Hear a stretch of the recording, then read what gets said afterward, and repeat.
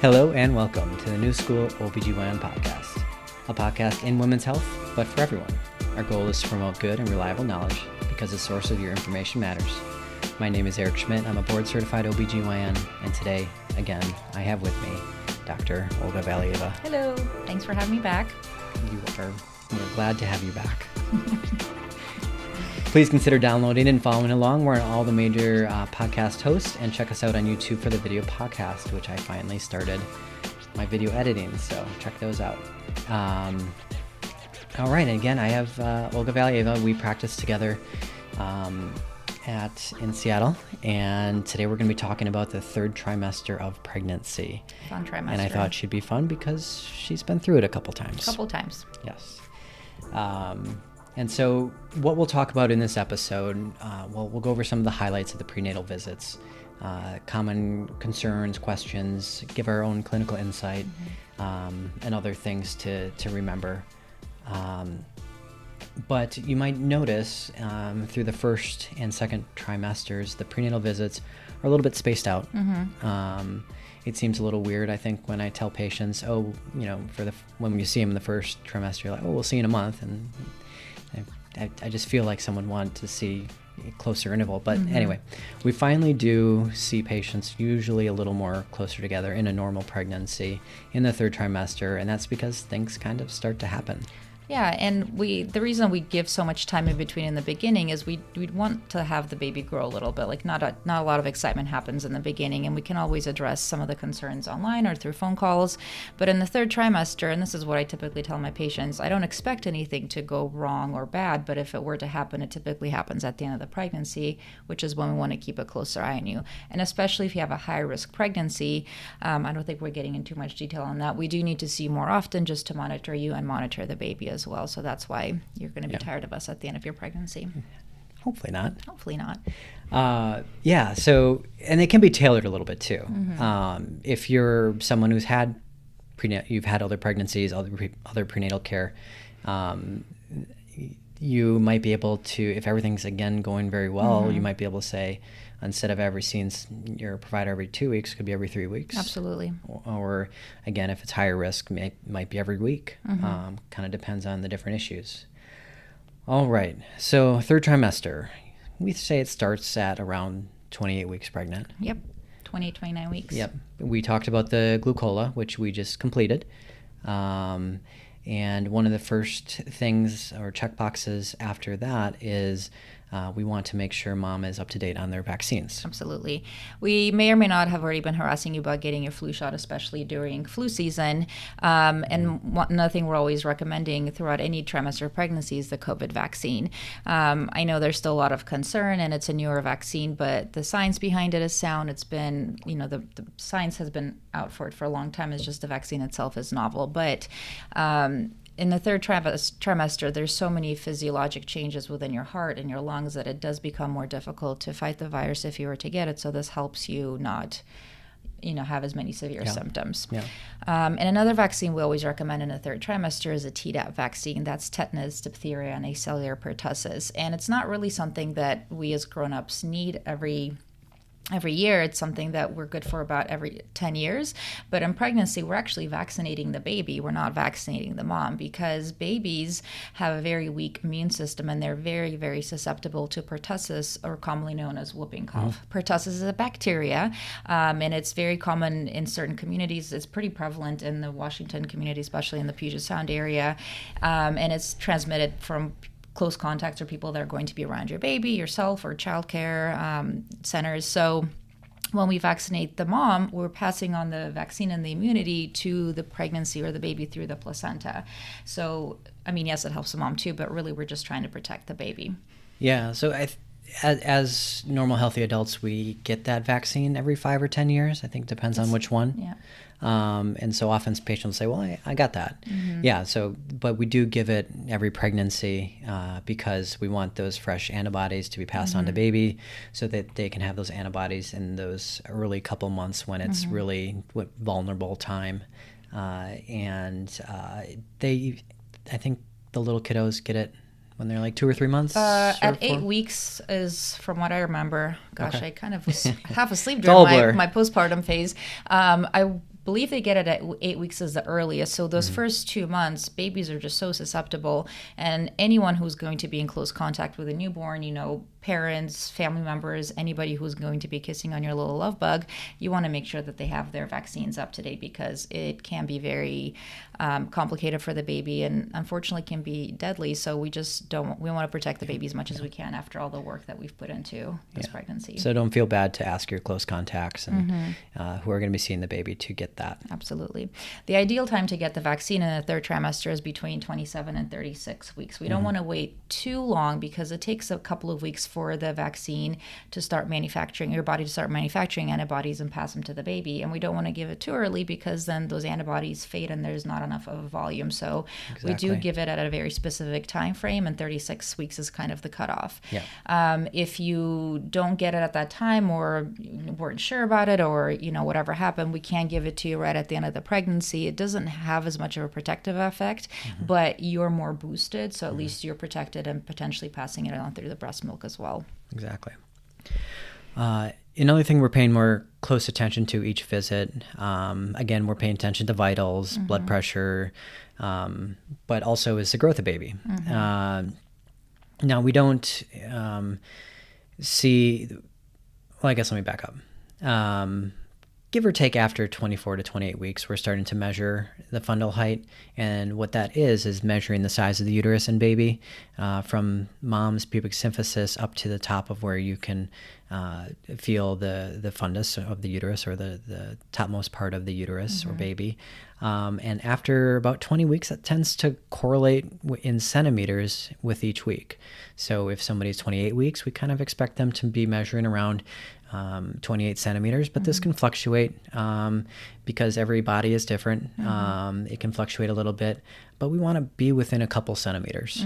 If we start to notice a trend and we start to see, well, you were a centimeter behind one visit, but now you're 3 behind, we definitely want to follow that up, and that's most likely with a growth ultrasound. But it's not unusual to be 1 or 2 centimeters beyond or below. And every mom carries a baby differently, and depending on your own body structure, like taller women tend to have, I always joke, more vertical real estate, so babies can seem like they're smaller, but when you lay down and actually measure their uterus, they correspond. Or women who are a little bit shorter don't have a long torso, they tend to stick out more, so they look like they're carrying the baby, or the baby's bigger, but really when you do the measurements, they tend to be accurate. But Eric's right, within 2 to 3 centimeters, we expect for that to be normal, and if baby's measuring smaller, then we get concerned, or we just want to double check our measurements, because it's not an exact science really, and that's when we get an ultrasound. So don't be alarmed if your provider wants to get an ultrasound. We just want to double check and make sure little peanut is growing the way that they're supposed to. Exactly. Now, the next part is mostly for pregnancies which may have certain complications. But one thing that we maybe are doing, and this is usually 32 weeks and beyond, maybe 36 weeks and beyond, depending on the severity of the complication, we want to reassure ourselves that baby is doing well. And that's called antenatal testing. So tests that are going to reassure us that baby's doing well would be the NST, or the non-stress test, and the BPP, or the biophysical profile. Both of these things can be done in the office. I guess I'll talk about the NST a little bit. Sure. That is a test where we're basically listening to baby's heartbeat for give or take 20 to 30 minutes, looking for certain things in that, the way that the heartbeat is over time, to reassure ourselves. And not to be too technical on this, but what we would like to see is the line of baby's heartbeat. We don't want just a straight line. We want some variation, and we like it when baby's heart rate accelerates up. And we uniquely call that an acceleration. We're very boring yes, people here. And so we like to see those type of things where we're avoiding. We just don't want to see big dips. But again, not to be too technical, but those are the type of things that would reassure us. And same with BPP. BPP is essentially an ultrasound version of the NST, or the non-stress test. Stands for biophysical profile. So instead of the non-stress test, we do an ultrasound where we measure the fluid around the baby, or the amniotic fluid.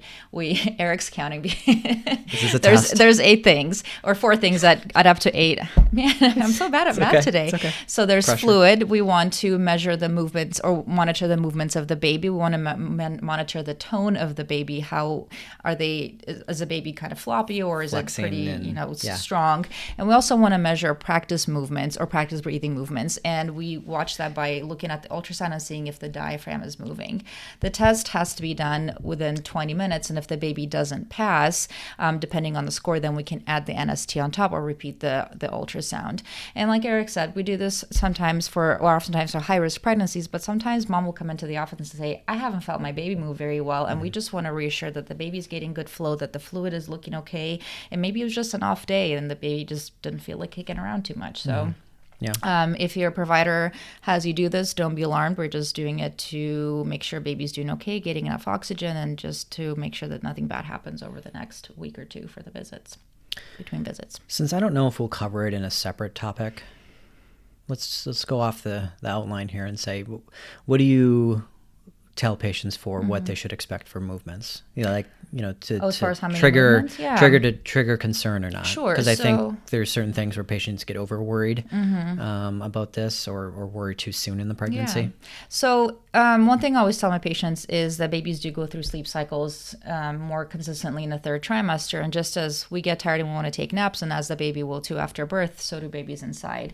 And sometimes moms may feel more movement or less movement throughout the day. And sometimes, and this has happened to me, especially if I'm in the OR, I'm just not paying attention, that I'm like, oh my gosh, have I felt the baby move, or am I just not paying attention? Because it kind of becomes second nature. It's just like something churning in there. So we want to have at least 10 movements in the span of 2 hours. I am really bad with numbers today. I'm very sorry. Struggle get you bus. some caffeine. Yeah. No, that okay. might be worse. So 10 movements in a span of 2 hours, just to allow for that sleep cycle quietness. And they don't have to be very aggressive movements, just any kind of like fluid side to side. Hiccups don't count though. Don't let those fool you. Mm-hmm. And that's what we're looking for. And moms know what is normal for them. They know how their babies move. So if there's any deviation from that, go do your kick counts, lay down somewhere quiet, maybe have something sweet, sugary, or something icy if you're diabetic and can't have sugars. And if you don't meet those parameters, please give us a call. We'll put you on the monitor for that. In the third trimester, especially at the very end, you don't really have a lot of room left in there. So the movements tend to not be as aggressive. And some moms feel like that means that the baby is not moving as much. Rather, they're just quieter movements. So always, pay attention to that. But if there's any change from normal, let us know. Not as many big turny movements in the last month, or there actually shouldn't be. I guess for me, I do get patients coming in worried at like 22 weeks. And, I haven't felt my baby move in a few hours. And, especially that early on, I try to urge reassurance with patients because, one, especially if it's a first pregnancy, you're just not as attuned to the little movements, or there might be, the position of the placenta definitely affects the way that babies are felt even much later on. And so fetal movements and kick counts, I often try to urge patients not to worry about that until the third trimester. There's not and more so, like you said, know your baby's movements. If there's any big deviations from that, notify your provider or come to the hospital to get checked out. But that would be more of the last couple months of the pregnancy, where we're like, we really want you to pay attention if you're not feeling baby move normally and get those 10 in 2 hours. But yeah, a little off thing, but I thought it might be good to talk and about. every baby too, even if you've had a baby that was very aggressive, in your first pregnancy or your second pregnancy, and then the next one is quieter, that doesn't mean that there's something wrong. Every baby has their own personality, even inside the uterus. So don't try to compare it to your other pregnancies if it's not your first pregnancy. I know my kids were very different on the inside, and they're very different on the outside too. So just know what your baby's like for you. Okay, moving right along. We are now at around the 36 week mark, where we're really wanting to reassure that baby is starting to be head down. Speaking of movements. Yeah, speaking of movements. Yeah, we don't want any big turning movements. We want babies to be head down, give or take around 36 to 37 weeks, because if they're not, we want to potentially plan to change that or talk about the options. And so that's called breech, when baby's not head down. And so that's the prevalence of that is about 3% at term.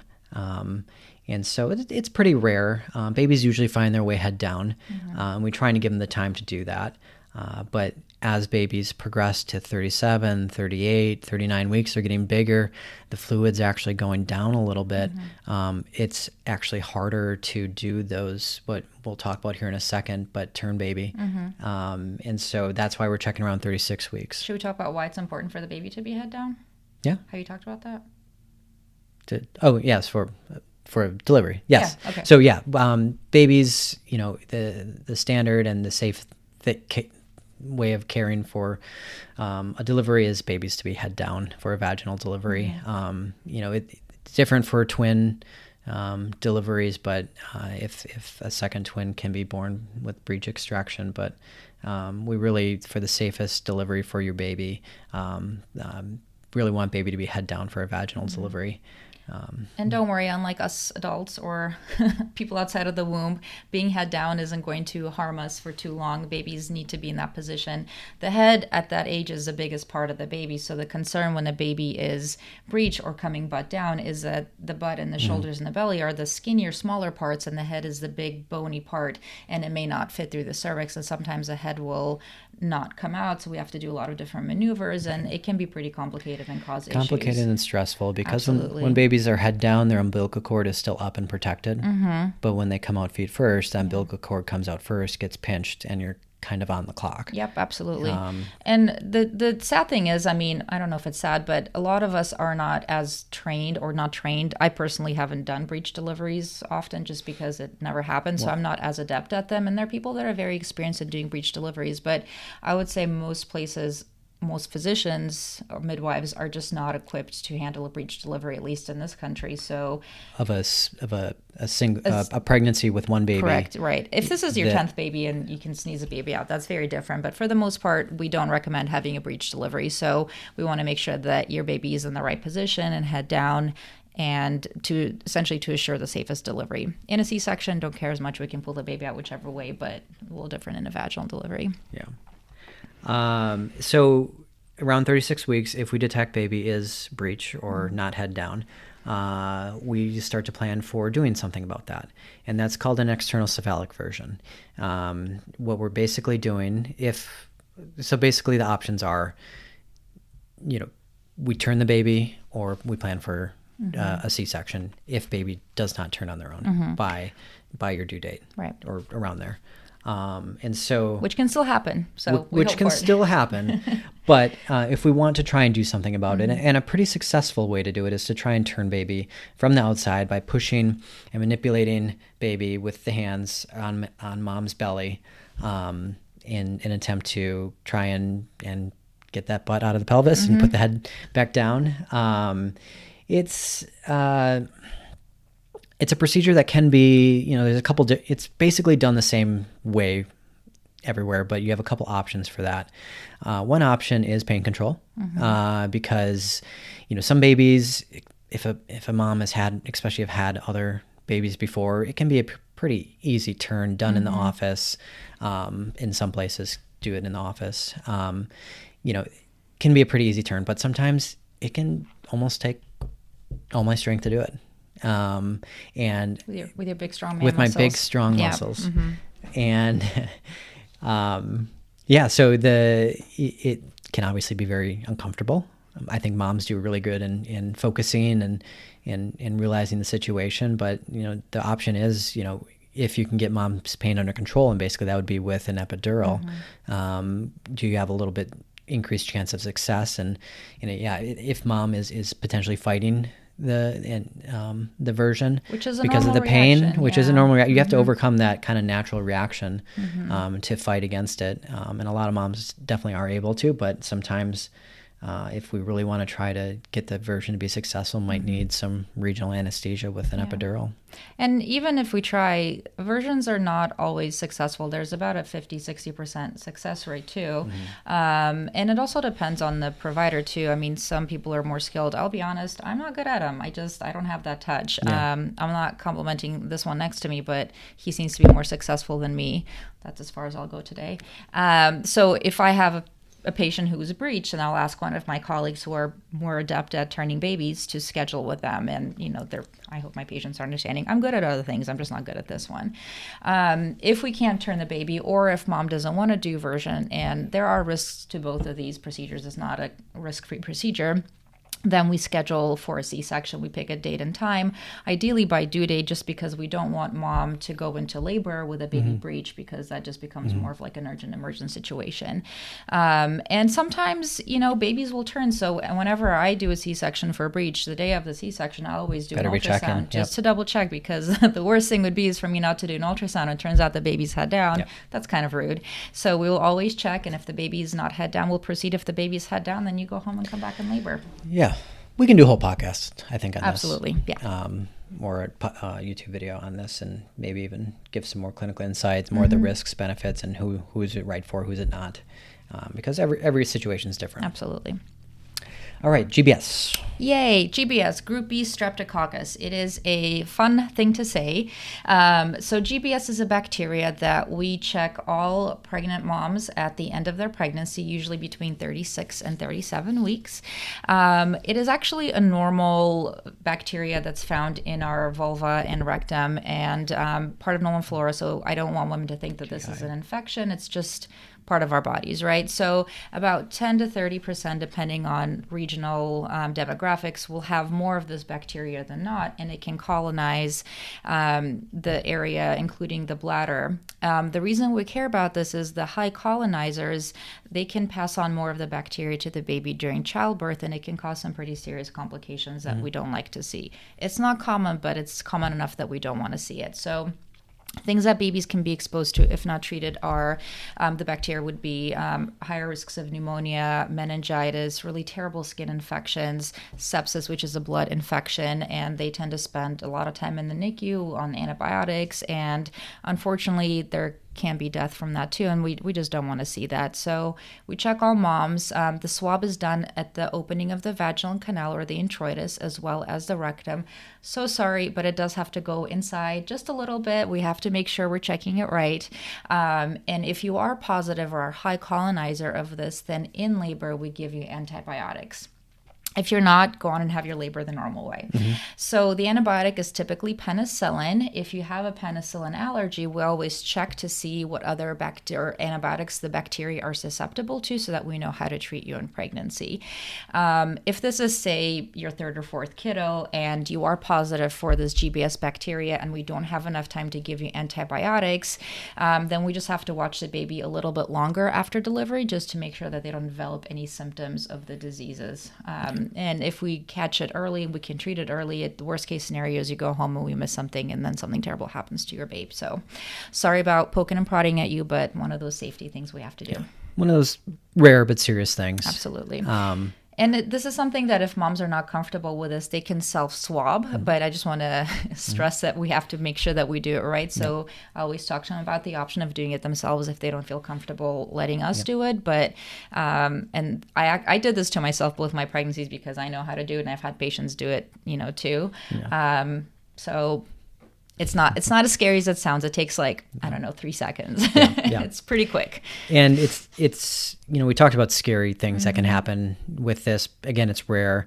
And if it is positive, I try to urge patients not to worry too much about Absolutely. it. Because one, we'll give you the antibiotics and baby will be protected. And also it's rare, and especially in term babies, getting sick from this is really rare. Absolutely. So, but something we check. Something check. And then the only way you can avoid this, not that it's a good thing, is whenever we do your urine testing in the early pregnancy, in the first trimester, we always check for a urinary tract infection, which are super common in pregnancy, as you guys have talked about. If you do have the bacteria in your urine that early in pregnancy, it means you're already a high colonizer. So we don't have to test you in your third trimester. We're just going to automatically treat you.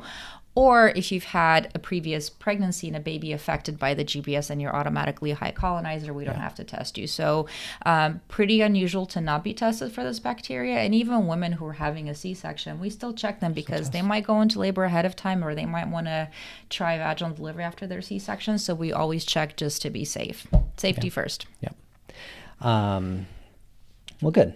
And no, I guess we'll move on. Yeah. So yeah, we're going along. It's, you're 36, 37 weeks, maybe starting to get uncomfortable with some contractions. This is a little bit of a tailored thing, but when do we start doing exams in the office and checking to see if somebody's getting close to labor or if they're in labor? And so the only way we tell is really doing an exam, see if the cervix is dilating. If someone is, again, first pregnancy, relatively comfortable, I'm probably not going to recommend an exam until they're like due date. Absolutely. Or we have to make a plan. And so it's really patient dependent. And I know there are stories of basically everyone getting it starting 36 or 37 weeks, and it's not so much a story as it used to be standard too, and it's even in some of our old OB textbooks that starting at 36 weeks you get a cervical exam. It should be tailored. It should be tailored because it's not, well, doesn't feel good. The further someone is away from labor, the harder the exam is, the more uncomfortable it is. Absolutely. And it's not going to give us any clinical insight. It's not going to change what we do with your pregnancy. It's just uncomfortable, right? So I always joke, I don't like to torture my patients if I don't have to. If they want me to check because they feel something or they're concerned or they're just curious, absolutely. It doesn't hurt me at all, right? It hurts them. So we don't routinely check cervixes. And I know that's what people would have expected because that's maybe what mom or grandma had to go through, but it's not standard of care anymore. Yeah, definitely tailored. It should be tailored to the patient, the situation. Absolutely. I've had situations where the patient's comfortable, 38 weeks, but she's 4 hours away from the hospital. Maybe 4 hours, a little exaggeration, but sometimes a couple an hour or two, and you want to know, and like, oh, how close are you? Like, because we'll be saying, then maybe it's like, okay, if you have an hour of contractions, then instead of 2 hours, you stay, you come in. But a little something.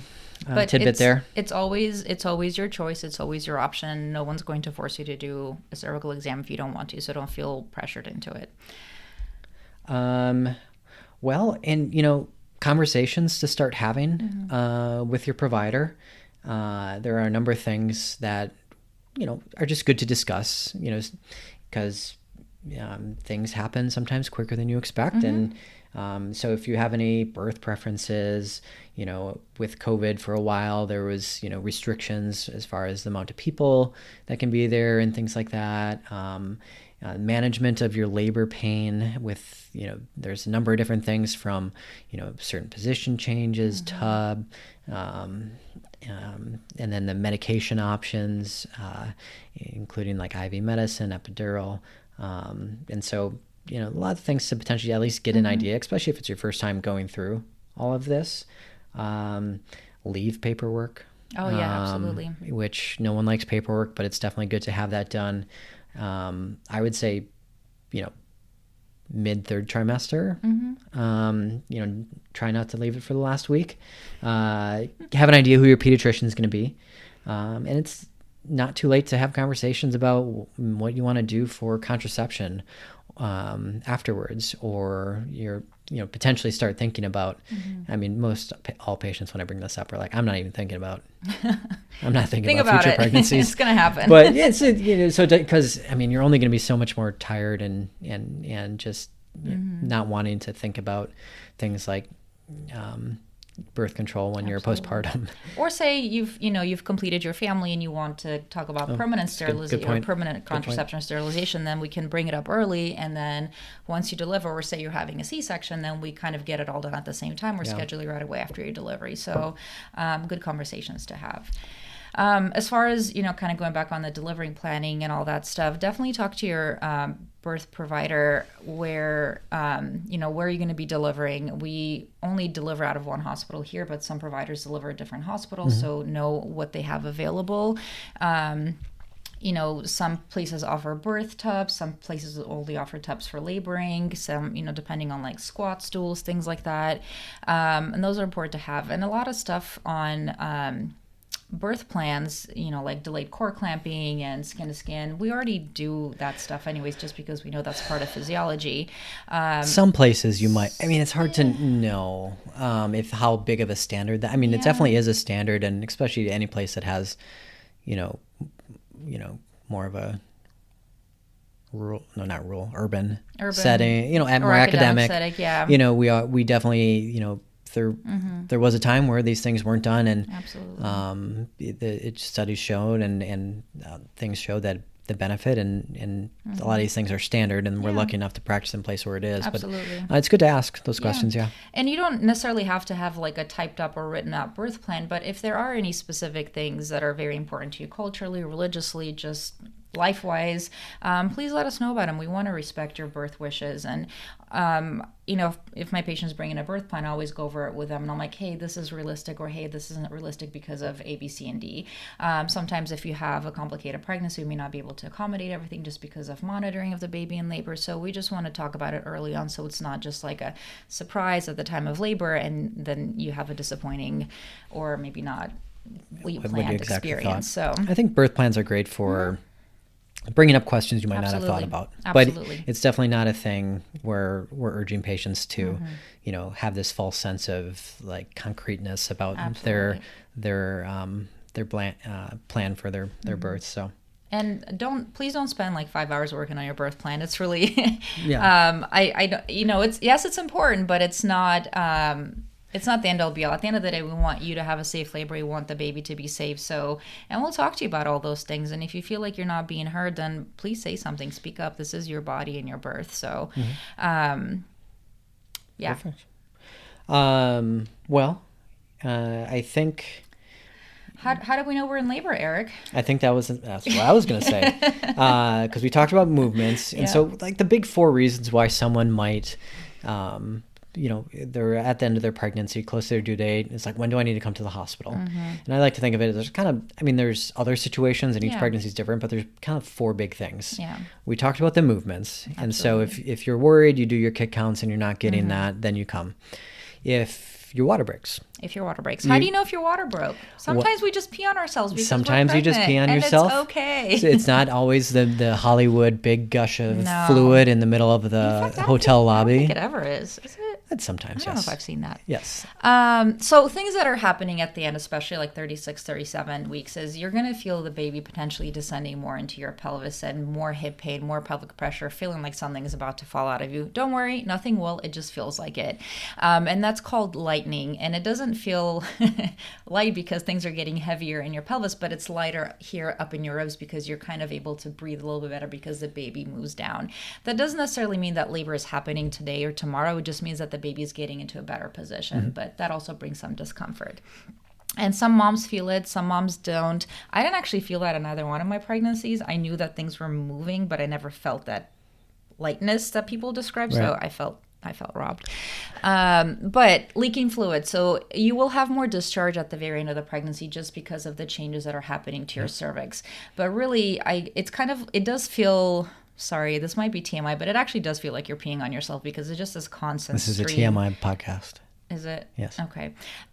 In fact, when my water broke with my second one, I kind of thought I was peeing on myself. And then when it didn't stop, I was like, well, maybe it's not you. Maybe it's actually water. But like Eric said, it's not this big theatrical gush and you don't have to come kicking and screaming into the hospital. If you're not sure if it's your water or urine, please come get it checked out. We want to be safe, and we don't want your water to break and you being out there without labor for a couple of days and potentially causing infection. So come get it checked out. Do not feel embarrassed about it. Please come in. Yeah. Sometimes if you're basically close to term, your baby's head down, and you're like, okay, if I feel this little bit of leaking, I'm not sure if it's urine. Sometimes you can be patient with it. And you can lay down for a little while.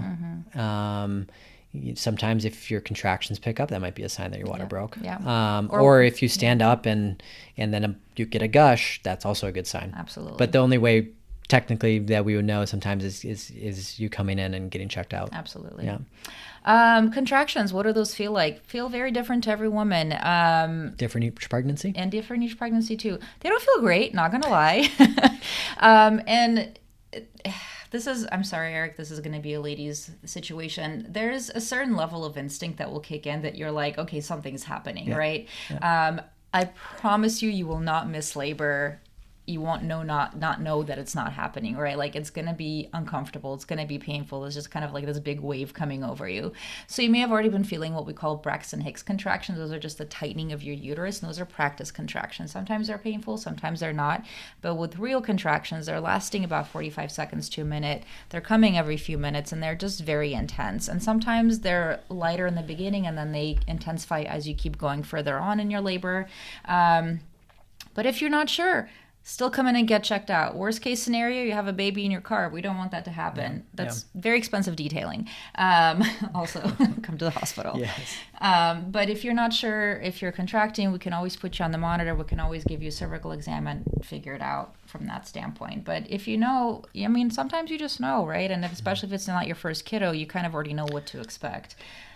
I don't know if it happened to you, but I know it can be frustrating for patients where they're trying to figure out, am I in labor? Mm-hmm. And because we say numbers, we say like, oh, if you have contractions every 3 to 5 minutes mm-hmm. for, again, it might vary if it's your first pregnancy or not, or if you're dilated already or not, but 1 or 2 hours. And ultimately, again, we don't know until you come in and get checked out. Absolutely. And you might get sent home. Yeah. So funny you say that, because I didn't want to be sent home, so I refused to come in for a very long time when I was in labor. Yeah. I don't. Give us the rest of the story. Yeah, and then I came in and I was 9 centimeters, 9.5. Did you know if you were dilating or not at home? Oh yeah, I was checking myself. Not advised to do. Do not check yourself unless you're an experienced birth provider and have long, skinny fingers. Anyways, there's more TMI from me. But sometimes the beginning parts of labor can take some time. It's called prodromal labor, and it really is what we call latent labor, or like the first stages of between like 1 and 6 centimeters. And they can take a long time, especially if it's your first kiddo. So don't be discouraged if, like 5 hours in, not a whole lot's happening. Your body's going to get there, right? But if it's been so long and you're just having so many contractions and nothing's changing and your body just needs rest, we can also do what's called therapeutic rest, where you come in, we give you medicine to help you sleep, and then you go home and come in when things kind of intensify. But if you get a shot of morphine, it's morphine. It's happiness. If you get sent home, don't be discouraged. That doesn't mean we're not appreciating or respecting that you're in pain or uncomfortable. It just means that it's not yet time for you to be in the hospital. Sometimes it's better to be in the comfort of your own home than in the hospital bed. I think that's sometimes maybe not thought of it that way, but it is nicer to be home than to be in the hospital. Absolutely. In bed and room. Yeah. So usually when you're in more active labor, that's when we bring you in so that you can labor and be here with us. But it might be a good spot to conclude this podcast. Sure. So, well. When in doubt, ask. Or come on in. Mm-hmm.